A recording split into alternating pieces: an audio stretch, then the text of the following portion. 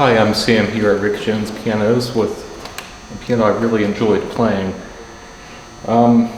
This is a Kawai model KG-1E built in Hamamatsu, Japan in 1986. It is not like other KG-1s you might encounter in our inventory or in general. Most KG-1s out there, the KG-1, KG-1C, KG-1D, are 5'1" long. This one's 5'4" long.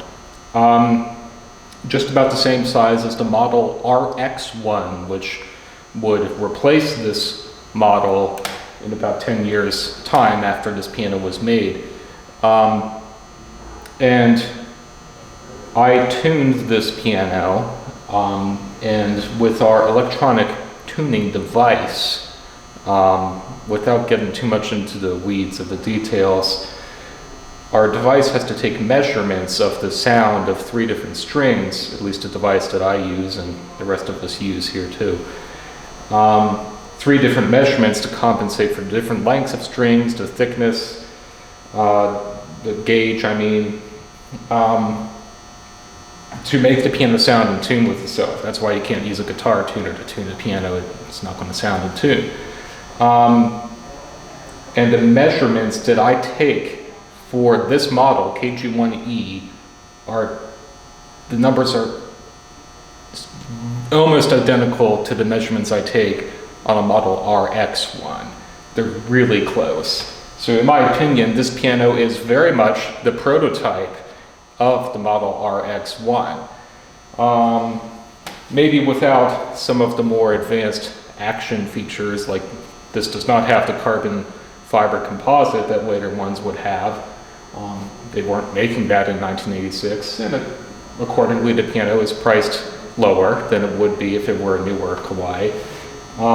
But in my opinion, it has many of the other musical qualities that you can expect from a later KG-1 model, and moreover, it's a piano we've done a thorough action regulation on, and I'm really pleased with how it turned out. It's just playing this in the feel of the keys, it was so cooperative. It didn't get in my way. It actually really helped me. And this is from a keyboard that's a little bit firmer than what I'm used to. Kawai pianos, in my opinion, tend to be firmer than average, certainly firmer than Yamaha, their competitor in Japan. And I grew up on a Yamaha, so I'm used to a lighter touch. My current piano at home is also light, but I really enjoy playing Kawai pianos. I played them when I went to school and college. That was the first time I played them regularly. And it took me some getting used to it first, adjusting to that firmer touch. But when a Kawai Grand is properly regulated, as this has been, and we've made it really smooth and responsive, getting all the little adjustments dialed in the way they're supposed to be. You can look up grand piano regulation on your favorite search engine and learn a whole lot about it. It's a very tedious, detail-oriented task, getting all the thousands of parts just right in their adjustment. When we do that on the Kawai piano, it just results in a keyboard feel that's smooth, responsive, cooperative. The keys bounce back up to a ready position very quickly, and in doing so they remain in contact with your finger. And that seems like a really like obsessively over-detailed thing to concern yourself about, but if you're an intermediate pianist, student, really eager to advance to more difficult repertoire, those are the little details that really matter, especially for classical repertoire. And I think that's why so many teachers, piano teachers of classical music, recommend Kawais to their students, because you really can get a very satisfying and fulfilling musical experience from a piano that costs definitely less than other brands of pianos. Steinway and Boston, for example, 2 pianos which you often find in music schools, because those schools will have an agreement with Steinway to have only Steinway products. Incidentally, the Boston piano is made by Kawai for Steinway and has a lot of the same musical features, especially the feel of the keys. But both of those pianos, because they say Steinway on the front, cost more on average because of Steinway's reputation. But in my opinion, Kawai, with their experience making a fine concert grand piano for many decades now, that in my opinion allows them, it gives them the wisdom to design a smaller piano. This is still a baby grand, it's on the larger side of baby. It's under 5.5 feet long, just by 2 inches. But it allows them to get the most musical capability out of a smaller piano that you won't find from manufacturers of baby grand pianos who don't have experience making really good concert grands or any just good pianos in general.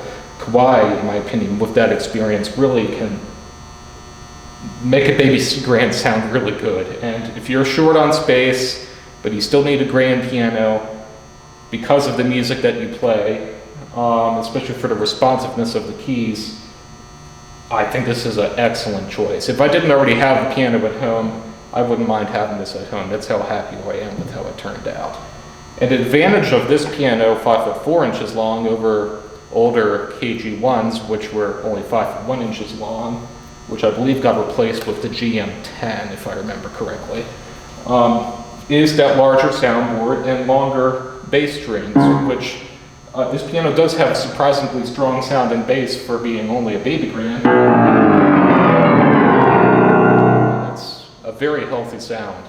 And if you're putting this piano into a relatively small space, that's what people buy baby grands for anyway, you'll have plenty of depth of sound to fill a relatively small living space and to really allow you to express musically however you wish. So I can't recommend this piano strongly enough. I'm very pleased with how it turned out. In general, I like Kawai's grand pianos, but this one I think turned out especially well. Having said all that, I'll call the tone a 4 on a scale from 1 to 10. Or will I? Yes, it's a little bit mellow.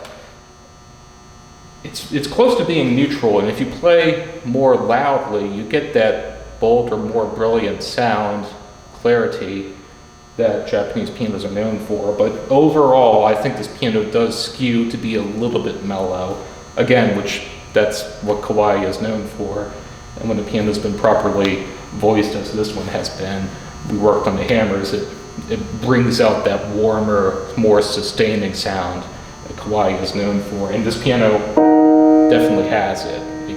I noticed while I was playing that it just keeps on singing. I was, it reminds me of other pianos that play like Petrov's, another piano I like to remark as having an especially long singing sound. So we'll call it a 4 on a scale from 1 to 10 for the tone. Mellow to bright, it's on the mellow side. And then the touch, as I mentioned, is a little bit firm, but not excessively so. It's very satisfying, satisfyingly firm without being too excessively so. So I'll call it a 6 on a scale from 1 to 10, from light to firm. And finally, it does have a middle pedal sostenuto. If you press down notes on the keyboard and then press down the middle pedal with your left foot normally, you can selectively sustain only certain notes on the keyboard, only engaging those dampers into up position while the rest of them behave normally. It's like having the third hand holding down notes on the keyboard for you. And especially good for more modern music. So if you're interested, please stop by, play this piano for yourself. I think you'll really enjoy it. I certainly did. But if not, you can give us a phone call or send us an email if you have any questions. Thanks.